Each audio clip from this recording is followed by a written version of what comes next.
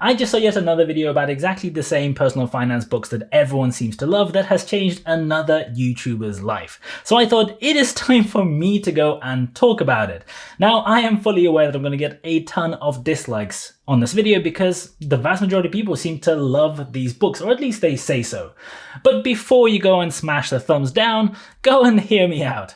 And maybe you'll pick up one or two things that perhaps you do agree with. Just so you know, I have read each and every single one of these books in full, and this is based on my personal opinion, and I am fully aware that my personal opinion here differs to the vast majority of people out there, which is exactly why I wanted to go make this video. Just a really brief disclaimer. Just because I say that I disagree with a book and the overall topic and the overall point the book is trying to make, does not mean I disagree with every single sentence in that book. I actually like some of the chapters in some of these books. I actually think some of the points that they make are valid and are really important. But the overall message of some of these books, I just personally think doesn't really help a lot of people, and I think probably may misguide some people. That's just my personal opinion. But anyway, let's dive right in. I made the list on my screen over here, so I'm going to reference my list and some of the notes I made. The first book is The 4-Hour Workweek by Tim Ferriss. This is probably the book that I see recommended the most by every single one of these videos. And it also happens to be the book that I disagree with the most, which is probably why it makes sense for it to be number one on this amazing list. Tim Ferriss wrote a book about a dream that is shared with almost every single person in the world. You know, the dream of being able to earn a ton of money without having to do pretty much any work. Who wouldn't like to be in that position? Perhaps somewhat unsurprisingly, the book became a bestseller and stayed a bestseller for a long time after. And pretty much every single finance YouTuber out there has a video where they talk about their favorite finance books, and this book is on that list. Yet at the same time, not a single one of those very YouTubers that talk about this thing actually work 4 hours a week and earn a lot of money. In fact, I would wager that the vast majority of people who read this book will never even get remotely close to this aspiration of working 4 hours a week and earning a ton of money in the process.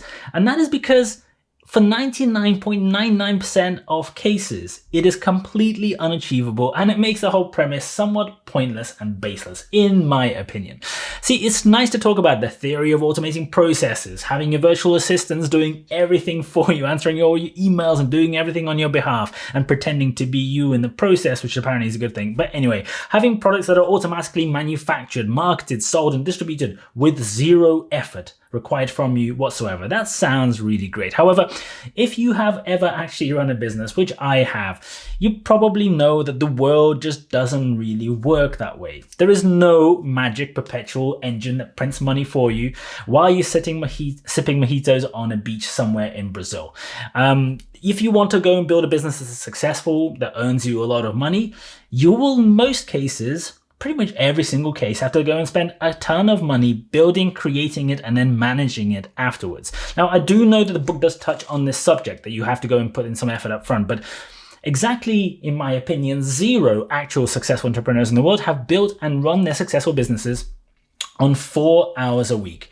You see, winning in business requires grinding. It requires dealing with massive upsets, dealing with unexpected things, dealing with your production line stopping, dealing with massive issues in business reporting, dealing with regulators, dealing with various parts of your chain. It is just something that is not possible to do on something like 4 hours per week. It probably is very difficult to do on even 20 hours per week. But anyway, a lot of people like to read about rosy dreams of something happening in the future, so that's why that book exists. Anyway, number 2 on my list, Think and Grow Rich by Napoleon Hill. Another favorite that seems to be on the bookshelf of every single person who sells a course on how to become a billionaire, because, you know, it sounds pretty cool. It's got a very nice title. The book was published back in 1937. And the whole premise is that this guy called Napoleon Hill studied the behaviors and the ways that millionaires think and the way that they've made their fortunes and what might have caused them to get to that place where they're this insanely rich. Now, most of the book seems to focus on the fact that the key reason for why successful people become successful and rich is the success mindset. It is sort of like a 1930s version of the law of attraction, which says that if you think about work and money and things in the right way, then those things will sort of naturally come to you, because that's how it works, right? So here's the problem. Sure, successful people who are successful probably have a success mindset, but does it follow that if they are rich, that it is the success mindset that got them there in the first place? And does it also follow that they had exactly the same mindset when they were first in the trenches, building the thing, the business or the whatever that actually made them rich? And I'm not sure it does. You see, in my opinion, other things like graft, great ideas, massive execution, huge amounts of effort, lots of help, support, and in most cases an element of luck alongside all of those things is what got those people there. Because you see, if say Mark Zuckerberg and Steve Jobs both wear trainers to work, will I also become rich if I go and wear trainers? Maybe not. Anyway, next on my list, The Millionaire Next Door. This is another book that describes the path to becoming a millionaire, which is, in my opinion, a really bad place to start with picking your book. But anyway, while there are some decent things in this book, there are some themes that run throughout the book that I really don't like. One of those things is the concept of frugality. Don't get me wrong, I am massively pro frugality. I have videos about it. I am a big proponent myself and I really like it. But frugality is a really effective way of managing your budget. Frugality is a great way of making sure that you don't run out of money at the end of the month. Frugality is not something that will make someone rich. If someone's out there earning $25,000 a year and they have a family to support and a place to pay for, it doesn't matter how frugal that person is. They will never in their lifetime ever become a millionaire through being frugal. The reason that somebody can become a millionaire is by earning more money. Now, I know this book does talk a lot about the other side of the equation and that it's a sum of two factors, the amount you earn minus the amount you spend.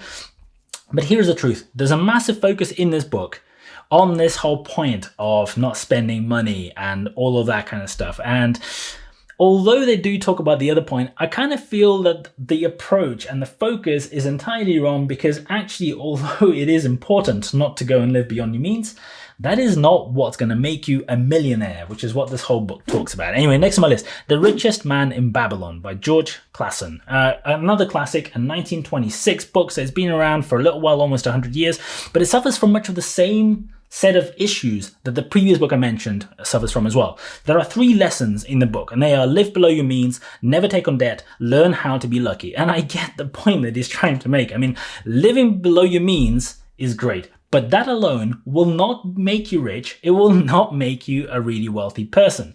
And the same problem appears about debt. This is the thing that I see a lot in these types of books. People say you shouldn't ever have any debt. Debt is really bad. Debt is absolutely the worst thing that can happen to people. And sure, I am a big proponent of people paying down personal debt. I think personal debt can be in lots of cases bad, but it is also the one thing that is the most powerful driver of people and businesses becoming rich as well. And this is what a lot of these people seem to completely miss out. If you look at pretty much any successful business out there, a large part of how that business got rich because they were able to get investments or borrow money in huge quantities in order to accelerate the natural growth of the business at the point in time when that business either wasn't making any money or was making much less money than it needed for that business to survive. That is how almost every big business in the world, it's called leverage, or it's called investing, or it's called just seeking funds to go and grow your business. That's how business works. And this kind of message that Dave Ramsey and other people like to promote of, all debt is bad, because Dave Ramsey himself went bankrupt at some point in past in his life. I just fundamentally disagree with it. I agree that a lot of debt is bad, and having high interest credit cards and all that kind of stuff is not good.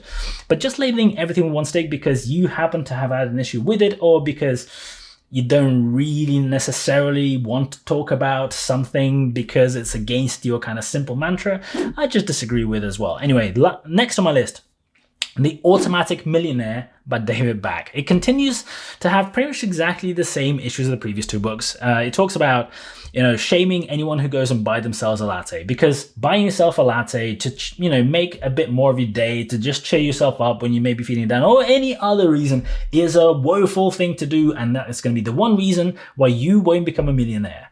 I do get that there's other YouTubers that like to play on this point a lot, and it's kind of like a funny joke, but although it is important to be frugal and to save money where appropriate, that isn't the thing that's going to make people rich or become a multimillionaire, as this book talks about. Then there's the same themes about debt and everything being very automated so that all these things completely run themselves without any involvement from you, which is really nice, and I already talked about them. But then there is a really big focus on paying yourself first. And hey, I love the notion. I love the fact that you can go and, be able to always pay yourself first ahead of everything else. But having been a business owner for many years and having come across massive ups where I was able to pay myself good money and massive downs during the course of that business where I couldn't, I can tell you for a fact that although this is nice in theory and it is nice sort of to write in a book about, in practice, just things don't always work that way. Many cases, you have to make really tough choices. You have to make choices not to pay yourself so that you can pay the member of staff that makes your business viable and without whom your business can't survive. Or you have to go and make tough choices where you personally go and borrow money to go and put into your business because that's what's going to stretch you to the end of the month, because without that money, the business will go under. There are cases like this in a history of pretty much every single startup that became a huge business, as they were struggling for the first few months, first few years in the garage of one of the owners, or whatever other story you like to go and read. And if you go and believe this nonsense theory that you can always go and pay yourself first, there's always money there, and out of every $10 that you bring in, they immediately should go and put the $1 into your pocket, because it doesn't really matter if you need 20 out of those $10 in order to pay for all the things that your business is costing. It all sounds nice, but again, I just don't like necessarily books that talk about some rosy views of real life that are not really attainable and not really in any way representative of how real life, real business, real work, and real earning money actually looks. Anyway, if you enjoyed this video, please make sure you go and smash the like button for the YouTube algorithm so that more people can go and view it. If you want to go and view more videos about personal finance, make sure you subscribe to this channel. Thank you so much for watching. I really, really appreciate it, and I'll see you guys later.